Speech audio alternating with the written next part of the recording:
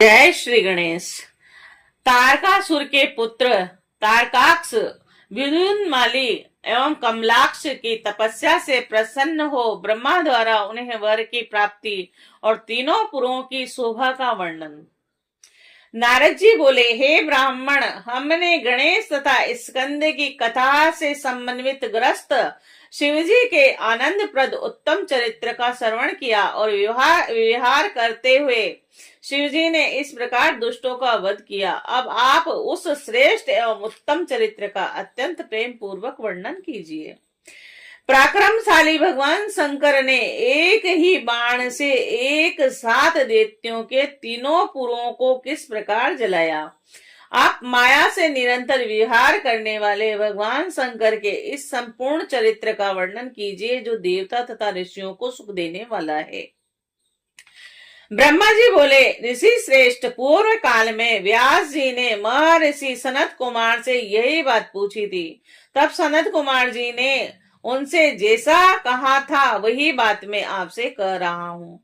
सनत कुमार बोले कि हे महाविद्वान व्यास जी, आप शंकर के उस चरित्र को सुनिए जिस प्रकार विश्व का संहार करने वाले उन शिव ने एक ही बाण से त्रिपुर को भस्म कर दिया था। और हे मुनीश्वर, शिव जी के पुत्र कार्तिकेय के द्वारा तारकासुर का वध कर दिए जाने पर उनके तीनों पुत्र दैत्य घोर तप करने लगे और उनमें तारकाक्ष ज्येष्ठ और विद्युन्माली मध्यम तथा कमलाक्ष कनिष्ठ था और वे सभी समान पराक्रम वाले, जितेंद्रिय, महाबलवान, कार्य में तत्पर, संयमी, सत्यवादी, दृढ़ चित्त और महावीर एवं देवताओं के द्रोही थे। तीनों दैत्य संपूर्ण मनोहर भोगों को त्याग कर मेरु की गुफा में जाकर अत्यंत अद्भुत तप करने लगे। तारकासुर के वे तीनों पुत्र बसंत ऋतु में उत्सव सहित गीत वाद की ध्वनियां तथा समस्त कामनाएं त्याग कर तप करने लगे। ग्रीष्म ऋतु में सूर्य के तेज को जीतकर अपने चारों ओर अग्नि जलाकर तथा उसके मध्य में स्थित होकर वह सिद्धि के लिए आदर पूर्वक हवे की आहुति देने लगे और उस समय वे महान गर्मी से संतप्त होकर मूर्छित हो जाते थे और वर्षा काल में निर्भीक होकर सिर पर वृष्टि को सह लेते थे और शरद काल में उत्पन्न हुए मनोहर इस नंद स्थिति उत्पन्न फल, मूल आदि पदार्थों का तथा उत्तम प्रकार के पेय पदार्थों का भूखों के लिए दान कर स्वयं भूखे रह जाते थे। वे संयम पूर्वक भूख प्यास को जीतकर पत्थर के समान हो गए थे।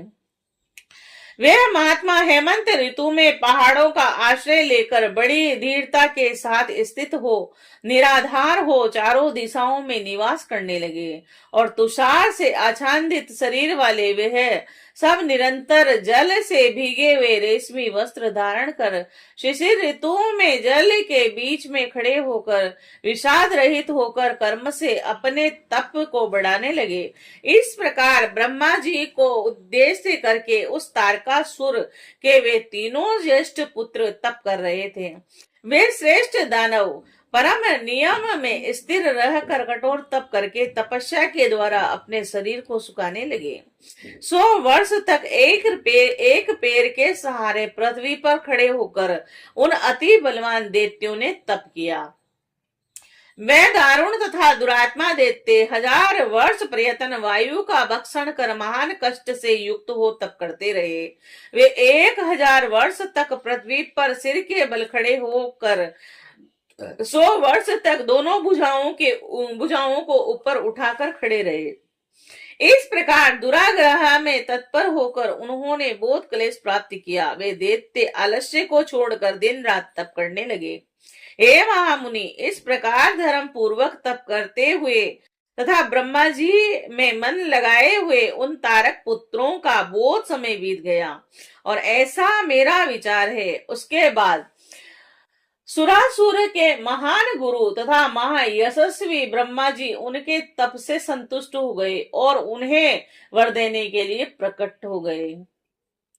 उस समय सभी प्राणियों के पितामह ब्रह्मा जी मुनियों देवगणों तथा असुरों के साथ वहां आकर सत्तावना देते हुए उन सभी से यह वचन कहने लगे। ब्रह्मा जी बोले, हे महादेत्यों, मैं तुम लोगों के तप से प्रसन्न हो गया हूँ और मैं तुम लोगों को सब कुछ दूंगा। जो तुम लोगों का अभिष्ट वर हो उसे कहो।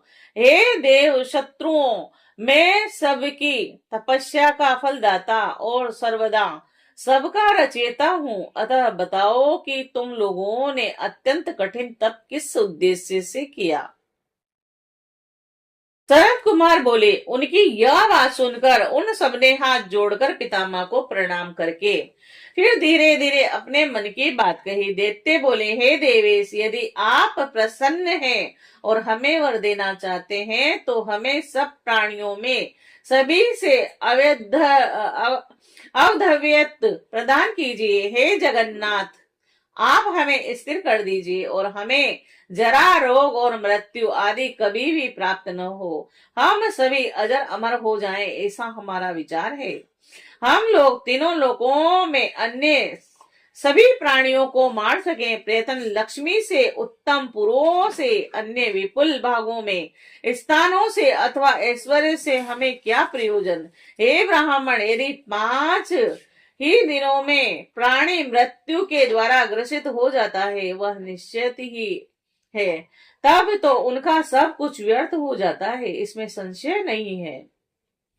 सनत कुमार बोले, उन तपस्वी दैत्यों की यह बात सुनकर ब्रह्मा ने गिरी पर शयन करने वाले अपने स्वामी भगवान शंकर का स्मरण करके कहा। ब्रह्मा जी बोले, हे असुरों, पूर्ण अमर तत्व किसी को नहीं मिल सकता, इसीलिए इस वर का आग्रह मत करो और अन्य वर मांग लो जो तुम लोगों को अच्छा लगे। हे असुर, इस भूतल पर जहां भी जो कोई भी प्राणी जन्मा है वह अवश्य मरेगा। काल भगवान शंकर तथा श्री हरि के अतिरिक्त इस जगत में कोई भी प्राणी अजर अमर नहीं हो सकता, क्योंकि वे दोनों धर्म अधर्म से परे हैं तथा व्यक्त और अव्यक्त हैं। और यह यदि जगत को पीड़ा पहुंचाने के लिए तप किया जाए तो उसका फल नष्ट समझना चाहिए। अतः उत्तम उद्देश्य के लिए किया गया तप फल होता है।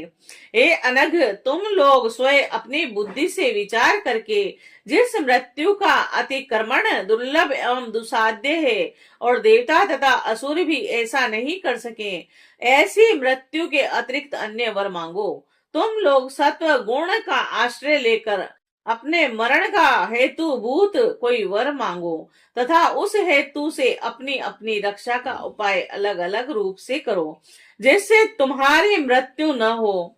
सनत कुमार बोले कि ब्रह्मा का वचन सुनकर वह एक मुहूर्त तक ध्यान में रहे और इसके बाद विचार कर लोक पितामह ब्रह्मा से कहने लगे। दैत्य बोले, हे भगवान, हम लोग यद्यपि पराक्रमशील है किंतु हमारे पास कोई ऐसा स्थान नहीं है जिसमें शत्रु प्रवेश न कर सके और वहां हम सुख से निवास कर सके। अतः आप ऐसे 3 नगरों का निर्माण कराकर हमें प्रदान कीजिए, जो परम अद्भुत सभी संपत्तियों से परिपूर्ण और देवताओं के लिए सर्वथा अनिति कर्मणीय हो। हे लोकेश, हे जगत गुरु, इस प्रकार हम लोग आपकी कृपा से इन तीनों पुरों में स्थित होकर इस पृथ्वी पर विचरण करेंगे। और तत्पश्चात तारकाक्ष बोला, जो देवगणों से भी अभेद हो और इस प्रकार का मेरा स्वर्णमय पुर विश्वकर्मा बनाए। और कमलाक्ष ने चांदी के अति विशाल पुर की तथा विद्युत माली ने प्रसन्न होकर ब्रज के समान लोहे की पुरी की रचना की। और हे ब्राह्मण, जब मध्य काल में अभिजीत मुहूर्त हो और चंद्रमा पुण्य नक्षत्र पर हो और आकाश में नीले बादलों पर स्थित होकर यह तीनों पुर कर्म से एक के ऊपर एक रहते हुए लोगों की दृष्टि में ओझल रहे, और फिर जब पुष्कर और आवृत नामक काल मेघ वर्षा कर रहे हो, उस समय 1000 वर्ष के उपरांत हम लोग परस्पर मिले और यह तीनों पूर्वी उसी समय एक स्थान पर स्थित हो जाएं, और इसमें संदेह नहीं है। हम लोगों द्वारा धर्म का अतिक्रमण हो जाने पर कोई देवता जिसमें सभी देवों का निवास हो, वह संपूर्ण युद्ध सामग्री से युक्त होकर असंभव रथ पर बैठकर एक ही असभ्य बाण से हमारे नगरों का भेदन करें। और शिव जी तो किसी से देश नहीं करते, वे सदा हम लोगों के वंदे पूजे तथा अभिवादन के योग्य हैं। तो फिर वे हम लोगों के पुरों को कैसे जला सकते हैं? ऐसा कोई दूसरा पृथ्वी पर दुर्लभ है। उन दैत्यों ने अपने मन में यही विचार कर ऐसा वर मांगा।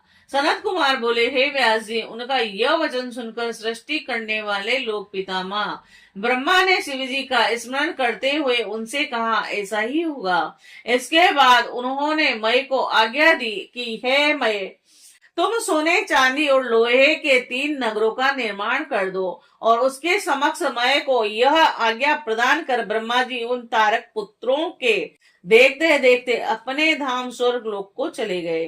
तद अंतर धैर्यशाली मय ने बड़े प्रयत्न के साथ तारकाक्ष के लिए सोने का, कमलाक्ष के लिए चांदी का और विद्युन्माली के लिए लोहे का पुर बनाया और 3 प्रकार का दुर्ग भी बनाया। और इन्हें कर्मश से स्वर्ग में, आकाश में और भूलोक में जाना चाहिए। और उन असुरों को तीनों पुर देकर मैंने सोए भी उनके हित की इच्छा से उस पुर में प्रवेश किया। और इस प्रकार तीनों पुरों को प्राप्त कर महाबली तथा महापराक्रमी वे तारकासुर के पुत्र उनमें प्रविष्ट हुए और सभी प्रकार के सुखों का भोग करने लगे। कल्प वृक्षों से व्याप्त, हाथी घोड़ों से युक्त, नाना प्रकार की अटालिकाओं और मणियों से परिपूर्ण वे नगर सूर्य मंडल के समान देवीप्यमान, चारों ओर मुख वाले चंद्रमा के समान पदराग मणियों से जटित विमानों से सुशोभित थे।